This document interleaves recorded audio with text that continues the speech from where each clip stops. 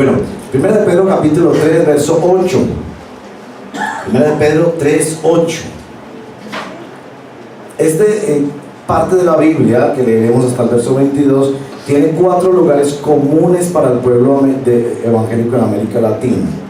4 que se mencionan en canciones, las 3 primeras sobre todo, y la cuarta que genera muchas preguntas de esos textos bíblicos que uno toda la vida ha querido que le expliquen. Vamos a ver si los encuentran, cuáles son. 3 muy familiares y uno muy intrigante. Verso 8, capítulo 3 de 1 de Pedro. En fin, vivan en armonía los unos con los otros, compartan penas y alegrías, practiquen el amor fraternal, sean compasivos y humildes. No devuelvan mal por mal ni insulto por insulto, más bien bendigan, porque para esto fueron llamados, para heredar una bendición. En efecto, verso 10, capítulo 3 de 1 de Pedro. En efecto, el que quiera amar la vida y gozar de días felices, que refrene su lengua de hablar el mal y sus labios de proferir engaños. Que se aparte del mal y haga el bien, que busque la paz y la siga. ¿Por qué? Porque los ojos del Señor están sobre los justos y sus oídos atentos a sus oraciones. Pero el rostro del Señor está contra los que hacen el mal. Y a ustedes, ¿quién les va a hacer daño si se esfuerzan por hacer el bien? Dichosos si sufren por causa de la justicia. No teman lo que ellos temen, ni se dejen asustar. Más bien, honren en su corazón a Cristo como Señor. Estén siempre preparados para responder a todo el que les pida razón de la esperanza que hay en ustedes, pero háganlo con gentileza y respeto, manteniendo la conciencia limpia, para que los que hablan mal de la buena conducta de ustedes en Cristo se avergüencen de sus calumnias. Si es la voluntad de Dios, es preferible sufrir por hacer el bien que por hacer el mal. ¿Por qué? Porque Cristo murió. Cristo murió por los pecados, una vez por todas, el justo por los injustos, a fin de llevarlos a ustedes a Dios. Él sufrió la muerte en su cuerpo, pero el Espíritu hizo que volviera a la vida. Por medio del Espíritu, Cristo fue y predicó a los espíritus encarcelados, que en los tiempos antiguos, en los días de Noé, desobedecieron cuando Dios esperaba con paciencia mientras se construía el arca. En ella solo pocas personas, 8 en total, se salvaron mediante el agua, la cual simboliza el bautismo, que ahora los salva también a ustedes.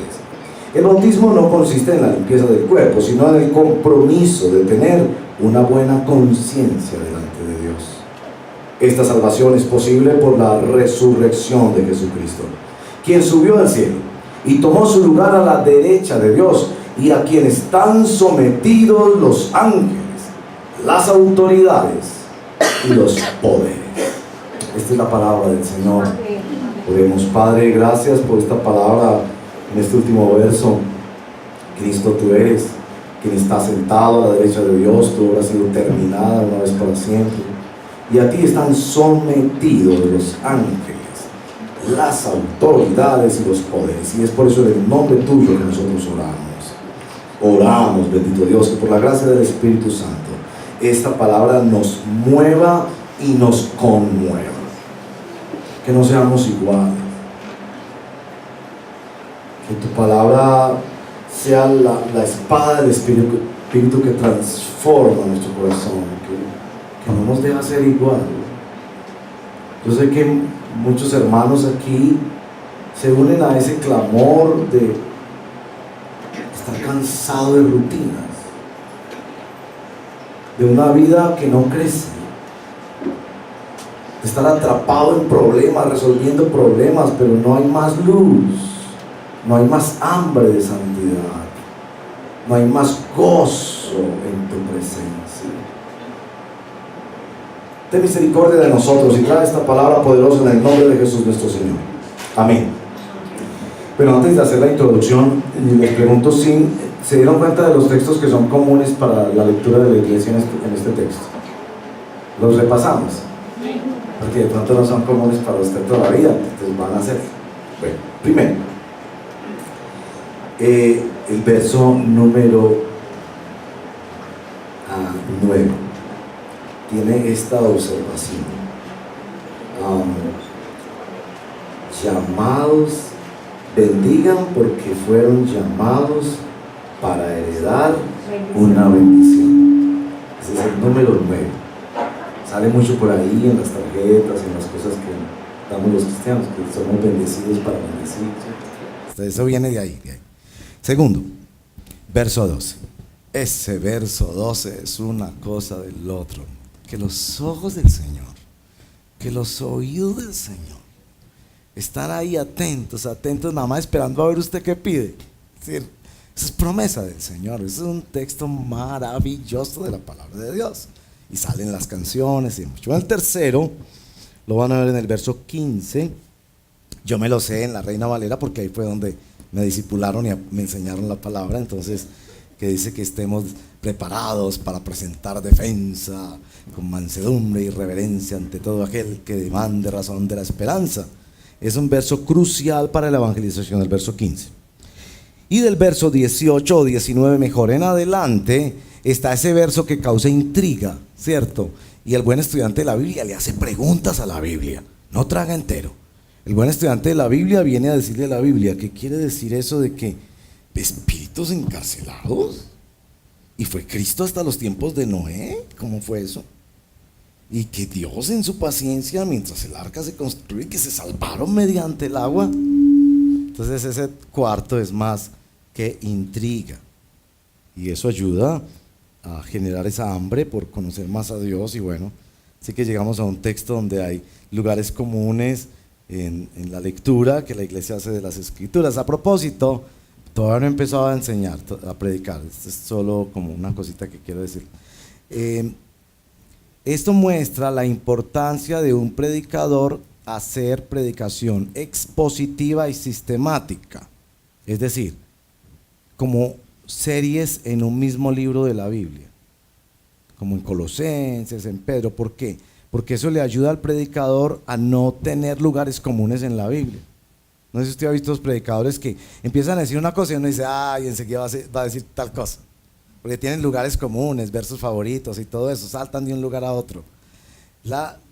El estudio juntos de la palabra de Dios nos obliga a llegar a textos así, y uno ya no le puede sacar el cuerpo, porque como estamos enseñando Pedro, pues tocó hablar de este texto, ¿verdad?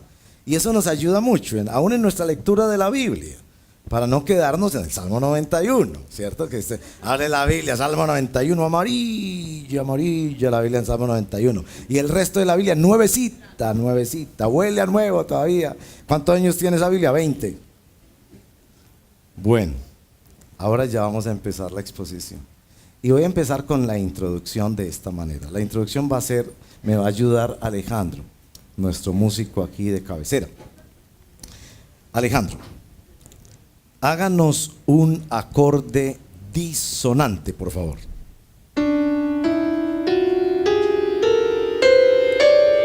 Y suénenlo junto, como una tonalidad así. ¿A ustedes cómo les suena eso? Pues a menos que usted sea de esos expertos de música contemporánea que dice: uy, no, muy chévere, muy alternativo, eso. No, pero en general, con eso, ay, no. Ahora hágame un acorde consonante, es decir, uno que tiene consonancia en la. A ver, dale. Y suénelo todo junto. ¿Cómo le suena? Ahora haga los dos seguidos.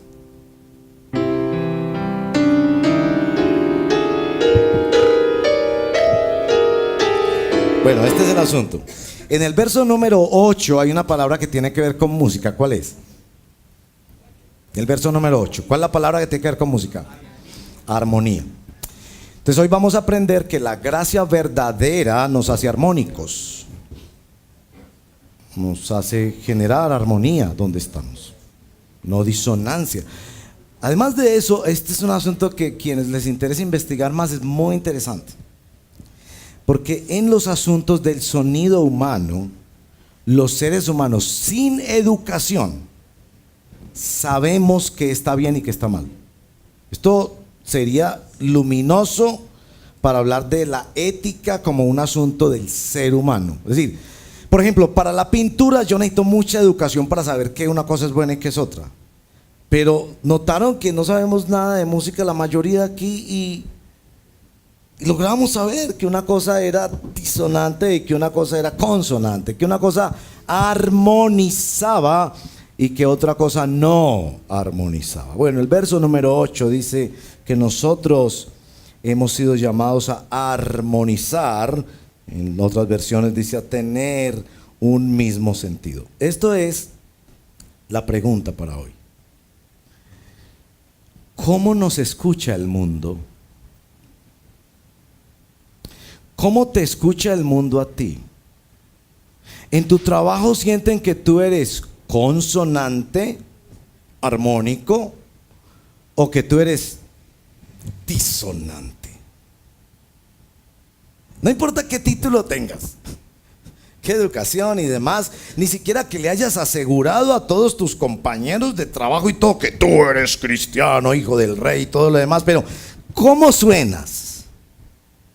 ¿Cómo te escuchan? Y es obvio que Pedro tiene una gran preocupación, no solo por la unidad de la iglesia, sino por el testimonio que cada uno da al mundo. La semana pasada hablábamos de que somos extranjeros y peregrinos, hablamos mucho de eso, pero no somos extranjeros y peregrinos que estamos callados. Sí tenemos algo que decir, y eso que tenemos que decir debe armonizar, y primero esa armonía se vive y se aprende en la comunidad de la fe.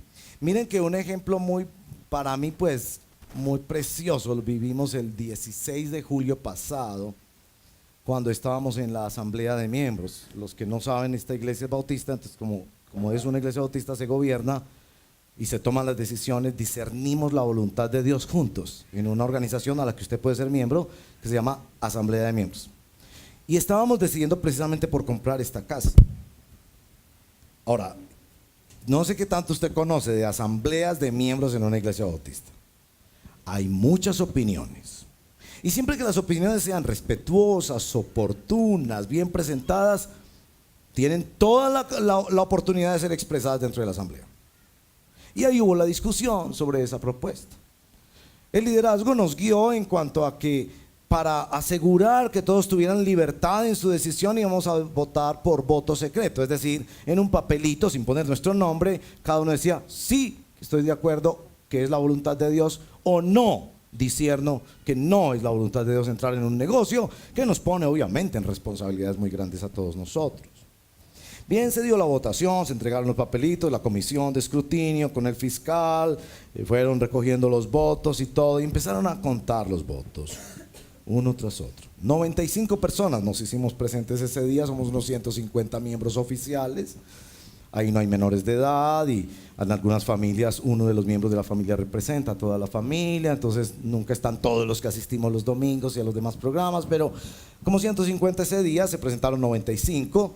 Era un buen número porque por asuntos de trabajo y todo no siempre estamos todos.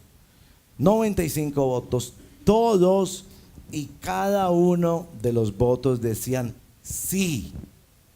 Discierno que es la voluntad de Dios, porque nosotros no votamos por si me gusta o no me gusta. Nosotros votamos por si es la voluntad de Dios o no, por el que no me guste.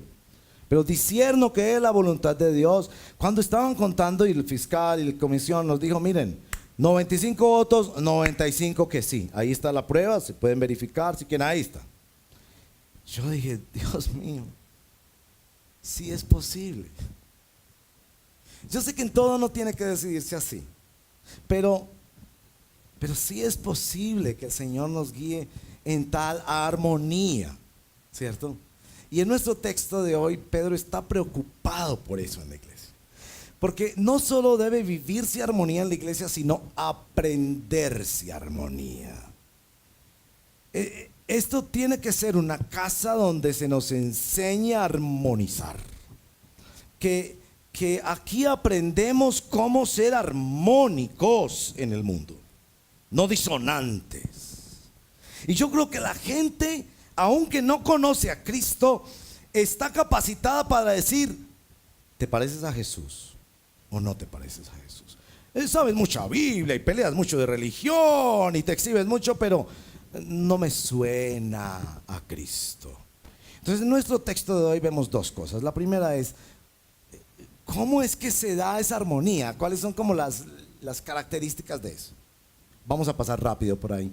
Y después vamos a ver cuál es el instrumento principal para producir armonía. Se van a sorprender. Es un instrumento que todos podemos tocar. Primero, ¿cómo se da esa armonía? Miren por favor el verso 8. De difícil traducción. Si usted mira otras versiones se dará cuenta que estos de esos versos de la Biblia que tiene traducciones muy diversas. En principio, eso que traducen aquí, armonía los unos con los otros, es una sola, son dos palabras realmente, y es la idea de pongámonos de acuerdo en conclusión qué es lo que a nosotros nos identifica. Y a continuación vienen 4 palabras. Ustedes ven que cada una de esas palabras se traduce con varias palabras, pero eso es virtud del griego finalmente, por eso se usa tanto en la ciencia y demás. La primera palabra es una palabra que podría traducirse como simpatía o empatía. Yo prefiero la traducción de empatía. La capacidad de sentir con el otro, de dialogar para sentir lo que el otro siente, empatía. Entonces pongámonos de acuerdo que aquí vamos a ser formados para aprender a compartir penas y alegrías, como lo traduce aquí. Segunda característica es la fraternidad, la Filadelfia, la fraternidad, el amor fraternal, que es el que tiene todo en común. Cuando yo salía de la escuela, era niño, y me encontraba a mi hermanito en la calle, y llevaba una camiseta que era mía. Y entonces yo le dije: ¿usted qué hace con mi camiseta? Entonces nos agarrábamos donde mi papá. Y mi mamá y mi papá siempre decían: todo lo que hay en esta casa es de todos. Lindo principio. Y entonces a mí me gustaba mucho el banano. Y guardé un banano en la nevera para cuando llegaba del colegio. Entonces llegaba del colegio y encontraba medio banano. Y entonces, a ver, ¿quién se comió mi medio banano? Y mi hermanita. Y venga a ver, asamblea familiar. Entonces, a ver, y empezaba yo a protestar, pues yo he sido peleoncito desde niño, eso sí es verdad. Entonces mi papá y mi mamá nos reunían y decían: a ver, aclaremos una cosa. Todo lo que hay aquí es de todos. Entonces, la fraternidad es eso, que tienen las cosas en común. Miren la belleza de eso. Y eso, pongámonos de acuerdo que eso lo aprendemos aquí. La tercera palabra es compasión. Es una palabra riquísima. Es casi como que suena como lo que es. Es la idea de que las entrañas se mueven, que se mueven las entrañas. Como aprendemos a tener sentimientos correctos que nos mueven acciones correctas. Que la iglesia sea una iglesia donde aprendemos compasión. Y la cuarta, humildad. Verme como me debo ver. Verme como me debo ver. Ni mis sentimientos, ni mis palabras, ni mis opiniones son más importantes que los de otra persona. En la iglesia aprendemos a ser todos objetos y hambrientos de la gracia de Dios. Entonces estas 4 características que aparecen en el verso número 8 determinan claramente en qué es que armonizamos como iglesia y cómo nos entrenamos aquí en la iglesia para la armonía. Por eso, verso 9 insiste en un principio que también lo leemos en San Pablo: vencer el mal con el bien. Porque es que no vamos a ir a un mundo donde todo armoniza. No vamos a ir a un mundo donde hay comité de aplauso para nosotros. Pero aquí viene la convicción mayor que como iglesia hemos de tener. Nosotros hemos sido bendecidos para bendecir. Nosotros hemos sido llamados para hacer bendición. Porque Dios nos ha llamado en primer lugar para bendecirnos. En Colombia se vuelve noticia cuando un joven futbolista es llamado a la selección nacional. No ha jugado un partido, pero es noticia todo el día. Uy, llamaron a tal jugador, lo llamaron, el profe lo llamó. Porque dentro de miles de jugadores de fútbol talentosísimos como los que hay en Colombia, y llamaron a ese jugador y eso se vuelve, no ha hecho nada. Pero lo llamaron a ser parte de ese equipo ganador que representa a nuestra nación. Es eso, ¿no? Hemos sido llamados, se nos ha otorgado una dignidad y una esperanza, y noten eso. Ese llamado no es solo el llamado a ser parte de la selección, es llamado a jugar. Entonces es un llamado con pasado y con futuro. Pero ese partido a que se nos llamó es un partido que ya está ganado. ¿Cómo jugaríamos el partido si supiéramos que ya está ganado? Y entonces nosotros ya ganamos el partido. Ya ganamos el partido. Nosotros solo estamos esperando entrar en la plenitud de esa bendición, sin mencionar que ya tenemos pruebas y arras de esa bendición anticipada que es el Espíritu Santo. Ya hemos visto milagros de Dios, pruebas del amor de Dios, la gracia y el testimonio interno del Espíritu Santo. Ya hemos sido bendecidos y por eso se nos dice, vamos a ir al mundo que no nos entiende, a armonizar. ¿Con qué base? Bueno, con la base de este carácter que es la descripción del Señor Jesucristo. Este es empático, siente el dolor de otro. Este es fraterno, comparte con el otro. Este es compasivo, se le mueven las entrañas a actuar bien. Este es humilde, se ve como se debe ver.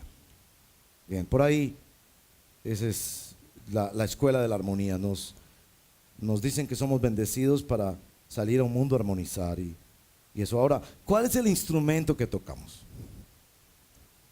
Los que son músicos saben que el instrumento superior es la voz. Y que ese instrumento, nos dice aquí Pedro, ese es nuestro instrumento. Porque miren, la palabra bendecir quiere decir hablar bien. Y el texto, si ustedes observan el texto, una y otra vez insiste que tiene que ver con no devolver insulto, con usar nuestra lengua para el bien, con no decir mal, sino decir bien. Entonces, el texto bíblico de hoy nos está enseñando cómo bendecir usando el instrumento que Dios nos dio para que sonáramos bien, que es la lengua. Un cristiano se ha de conocer por la lengua. Ahora, hay dos cosas que pasan con la lengua en este pasaje. La primera es de qué se debe sanar, limpiar, purificar la lengua. Y la otra es de qué acciones y cosas debe emprender la lengua. Yo no sé si usted tiene problemas con la lengua. Yo tengo serios problemas con la lengua. Bendigo al Señor porque yo tengo una esposa muy sabia y con mucha frecuencia. Estamos en una reunión y yo, si miran mis piernas, las tengo llenas de morados, porque por debajo de la mesa ella me patea.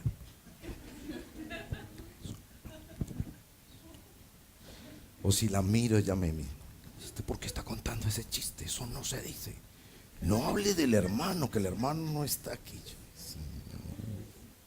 Y yo hablo hasta por los codos. Ahora noten que nuestro texto viene en el verso 10 a citar el Salmo 34. Salmo 34, que ayer lo usábamos para el ayuno. Todos los sábados ayunamos aquí por la mañana y todos son bienvenidos.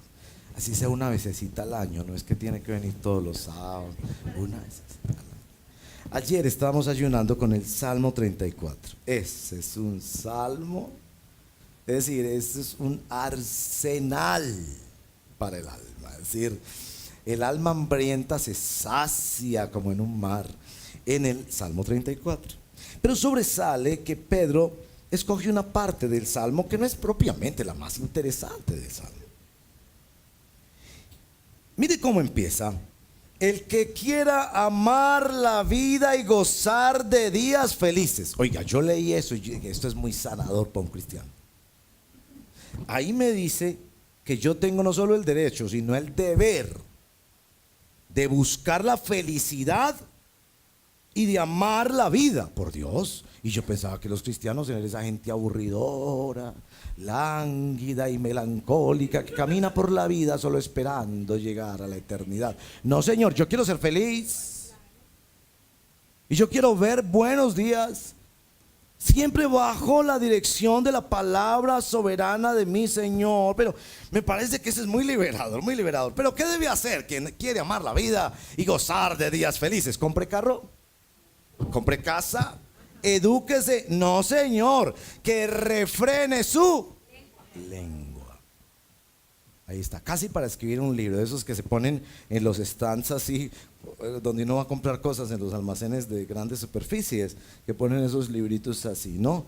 El secreto de la felicidad: refrene su lengua. Santiago nos ha hablado de eso, ¿no? Del poder devastador que tiene la lengua, que es como un fosforito que se tira en un bosque seco y crea un incendio impredecible. Refrene su lengua de hablar el mal y sus labios de proferir engaño. Hermanos y hermanas, necesitamos que nuestra lengua sea profundamente intervenida. Dios quisiera que hubieran cirugías para la lengua. Imagínense eso. Se volvería rico el cirujano que diga: operamos contra el chisme. Más de uno mandaría a la esposa y más de una mandaría al esposo.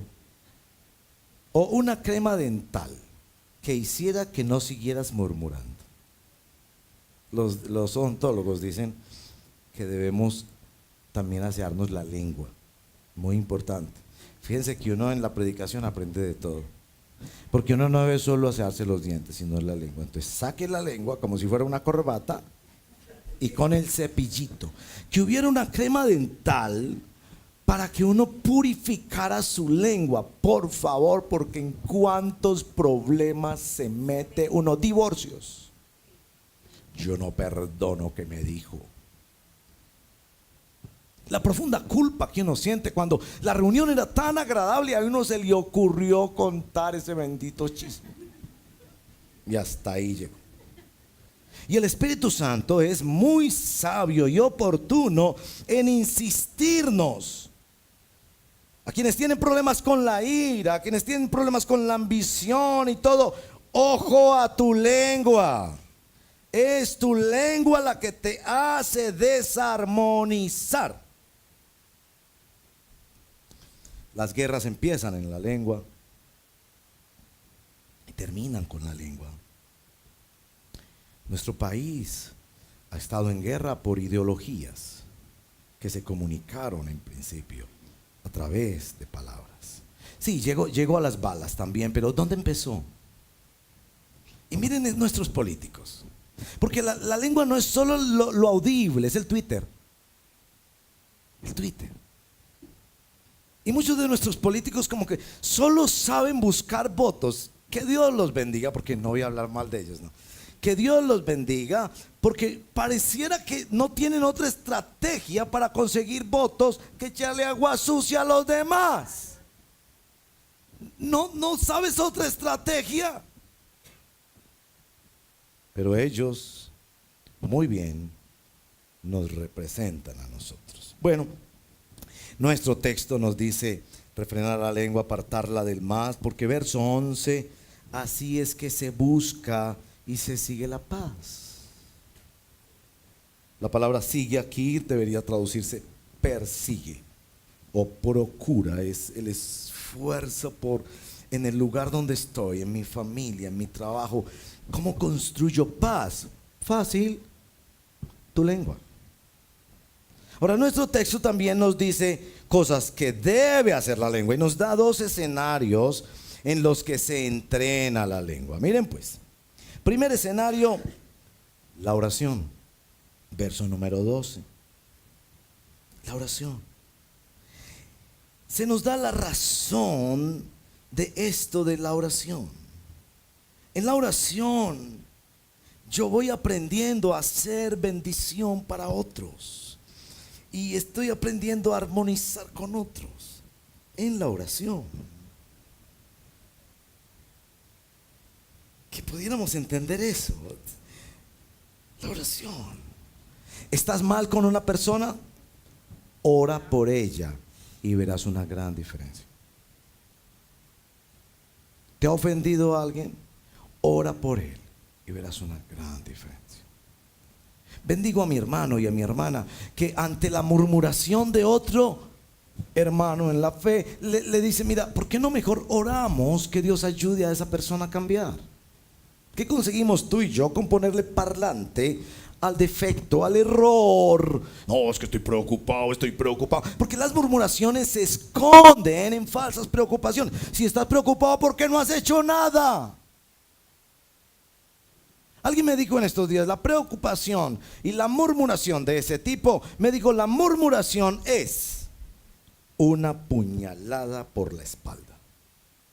Porque tú no lo dices si la persona está presente. Cuando la persona está presente, pules un poco las palabras. Claro que yo sé, pero entonces yo sé, y ahí sí lo pones en contexto. Pero cuando la persona no está presente, las sueltas. Y confesémonos, ¿cierto que hay un placer? Cuando estamos como... Gracias, hermana, por tu confesión. Me uno a tu confesión, hermano. Los que se quedan callados también van a decir amén. Hay un placer pernicioso en hablar mal de otra persona. Ahora, ¿cómo es esta oración? Esta oración que es la acción que purifica. Es una oración que en primer lugar reconoce la soberanía de Dios. A eso se refieren las metáforas aquí. Esto se llama antropomorfismo, porque Dios no tiene ojos ni oídos. Esta es la idea. Dios está presente en todo lugar. Él es soberano. Él está viendo lo que pasa. Él está escuchando todo y conoce hasta los corazones. Pero hay una cosa especial que quiere escuchar de ti: tu oración. Ese es mi sueño para esta iglesia, que seamos de verdad casa de oración. Eso no es romántico. Es decir, yo sueño con que un día en este lugar 24/7 haya oración. Y cualquier persona en Medellín que está quebrantada, necesitada, luchando, sabe que encuentra aquí a alguien que lo acompañe en oración. Y gente clamando en la presencia de Dios. Porque el pueblo de Dios se ha definido como aquellos que claman a Él de día y de noche. Ahora se nos da la oración aquí basada en la soberanía de Dios. Y lo extracta del Salmo 34. Lean el Salmo 34, por favor. Lean el Salmo 34. 6 veces en el Salmo 34 dice que el Dios soberano libra de la manera más absoluta. Ese salmo es absoluto. El Señor libra de todas sus angustias a sus hijos. Una cosa extraordinaria. Es decir, la oración que conoce que Dios tiene el control. Es que por eso es que yo oro. Yo no le puedo orar a un Dios chiquito. Yo cuando voy a orar no le digo: Señor, tú conoces a Julana de tal, y espero a ver si él la conoce. No, yo sé que él la conoce. Y que la oración trasciende todas las circunstancias, los lugares y los tiempos. Porque Dios es soberano. La segunda base de esta oración es la suficiencia de la obra de Cristo. 2 textos les voy a mostrar allí. El texto famoso que les dije que crea mucha intriga, el verso 18 en adelante. Verso 18 en adelante ha generado 3 grandes interpretaciones en la historia cristiana. Aclaro, no es que un texto bíblico tenga varias interpretaciones. Desde la Reforma Protestante defendemos que un texto bíblico tiene una sola interpretación. Es decir, que si hay varias personas que lo interpretan distinto, todos o muchos de ellos están equivocados, solo uno tiene la razón. Pero en la historia de la iglesia cristiana este texto ha generado muchas preguntas, y son de esos textos bíblicos que todavía son un poco oscuros, y esperamos llegar a la presencia de Dios para preguntarle: Señor, ¿qué quisiste decir con espíritus encarcelados? ¿Que Cristo fue a los días de Noé y que esperó con paciencia que se construyera el arca y que solo 8 fueron salvados por el agua. ¿Qué quieres decir con todo eso? Bueno, hay 3 grandes interpretaciones, el tiempo no me permite contárselas todas, pero les voy a contar cuál es la que yo suscribo, la que yo, digamos, he llegado, pero entendiendo que las otras tienen igual validez y que esperamos cuando estemos con el Señor poder preguntarle directamente, porque Él nos va a explicar claramente qué decía allí. Espíritus encarcelados en los días de Noé. El enfoque creo que está en la suficiencia de la obra de Cristo. Cristo es tan suficiente de recorrer toda la historia humana. Su obra de salvación es tan suficiente. Esos espíritus encarcelados yo lo interpreto como los espíritus, la palabra que se usa es para espíritu de ser humano, no de ángel caído, de ser humano, y encarcelado por esta razón. Porque cuando Noé estaba construyendo el arca, es que pónganse en el lugar de la gente que conocía a Noé. Estos vecinos ven que un día Noé, en medio del desierto, se le ocurre construir un arca de tamaños gigantescos, y la explicación que él da es que viene un diluvio. Todo se va, ni un río había ahí. Todo se va a llenar de agua y es el juicio de Dios. Pasa un año, el hombrecito construye su casa y nada pasa. 2 años, 3 años, 4 años, décadas.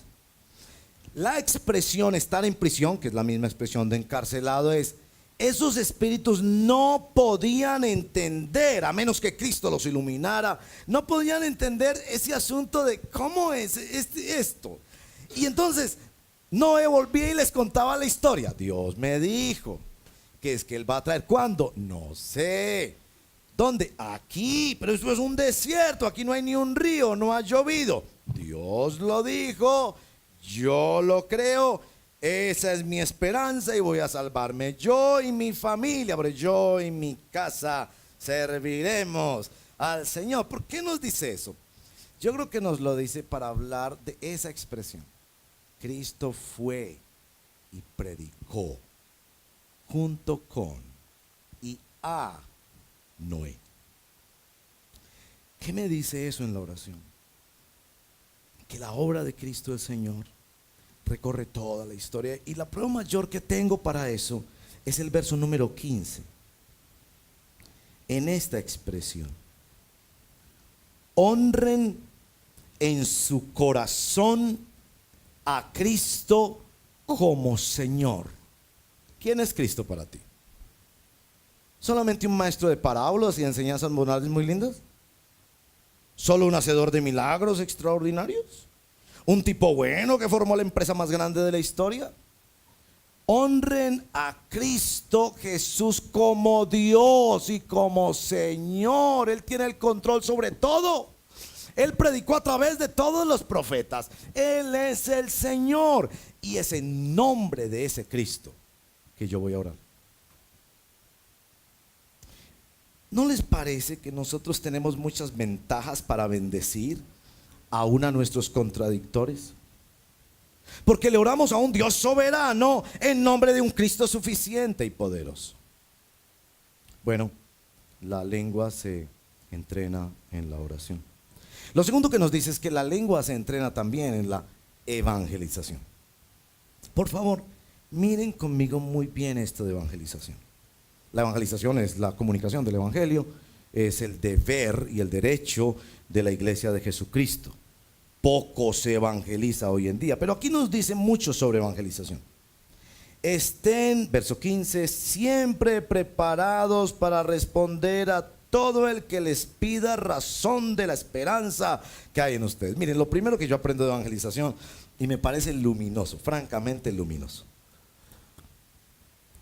La evangelización es el arte de producir preguntas. Es decir, la evangelización no es que yo me encuentre una persona y le digo: le voy a decir las leyes espirituales, ¿sabe usted cuál es el nuevo orden? Y hay una cosa que usted no sabe y que yo sí sé. No. La evangelización fue lo que hizo Noé. Pasaba año tras año fundamentando su familia y ocupando todas sus energías en un proyecto de Dios. Y a lo único que ese hombre se podía aferrar era lo que Dios le había dicho, porque ahí no venía un ángel todos los días a aparecerse y decirle: ay, te voy a animar en tu fe, voy a activar tu fe. Nada de esas carretas. Él estaba solo apoyado en la palabra de Dios. Dios le había dicho: viene un juicio, construí un arca, te voy a salvar en esa arca, punto. Vengo dentro de décadas. Entonces la gente le preguntaba: a ver, otra vez don Noé, los vecinos, a ver, don Noé, nosotros lo respetamos, usted es un buen tipo y todo, pero a ver, aquí hay un desierto, no ha caído nada de agua, y usted dice que Dios le habló y le dijo: construyera una arca gigantesca y que Él va a venir a salvar a los que se metan por la fe en esa arca. Eso es. Pero pasó un año y no ha ocurrido nada. Pasaron 2 años y no ha ocurrido nada. Usted no sale a orar: bueno, ahora voy a orar que caigan truenos para que esta gente crea. No, no podía hacer eso. Solo se apoyaba en la palabra de Dios. Entonces sus vecinos preguntan: oiga, ¿cómo es posible que usted tiene su hijo en el hospital y usted sigue dándole gracias a Dios? Maldice a ese Dios. ¿Cómo es posible que en esta empresa tenemos este jefe terrible, insoportable, y tú sigues tratándolo como si fuera el mejor jefe? ¿Cómo es posible que en esta empresa te roban de tus horas extras y aún así tú sigues dando el trabajo de la mayor excelencia? ¿Por qué lo haces? ¿Por qué? Pues yo tengo esperanza. Por encima de ese jefe hay otro. Y ese jefe tiene muy clara la película de mi vida. Y él me marcó a mí para una bendición. Y detrás de esto hay bendición para mí y para ustedes también. Es decir, la evangelización es producir preguntas con nuestra conducta. Yo sé que pueden condenarme algunos que hablan de que uno tiene que pararse en las plazas y todo, pero miren bien. El que hace bien esto necesariamente produce preguntas. La gente viene a decirte: oye, no, explíqueme eso.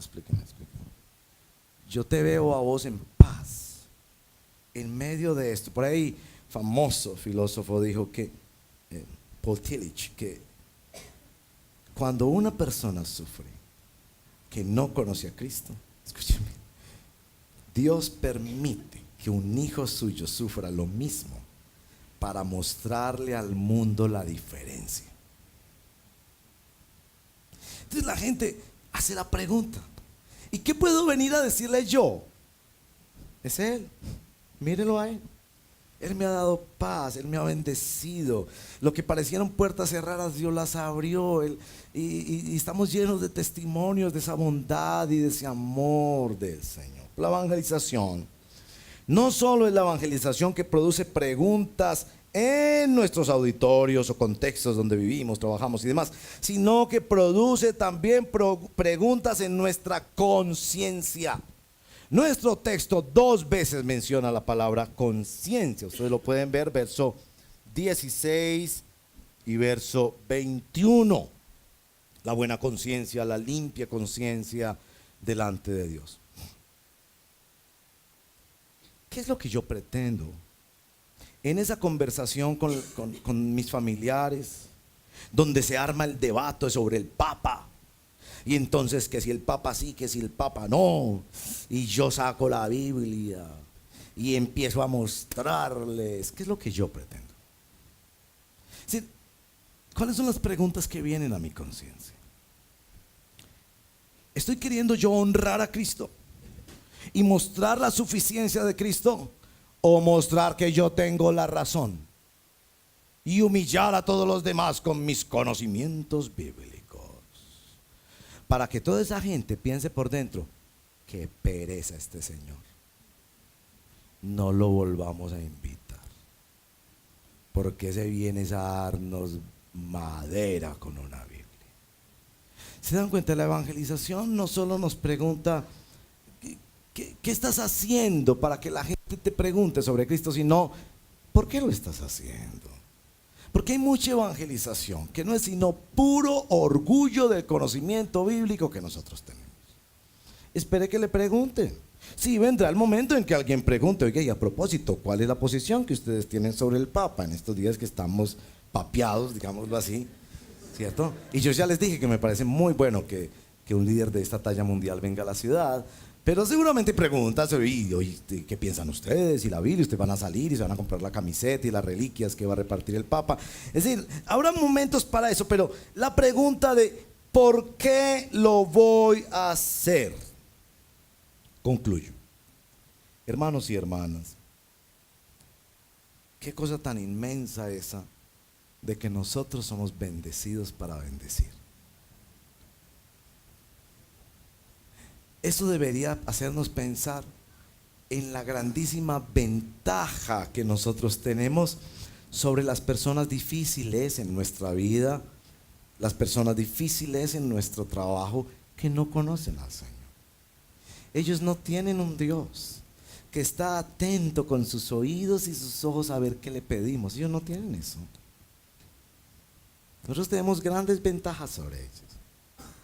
Ellos no tienen una relación personal con Cristo que les dé fortaleza y les ayude en medio de la vida. No, ellos no solo saben darse contra las paredes y pelear con nosotros.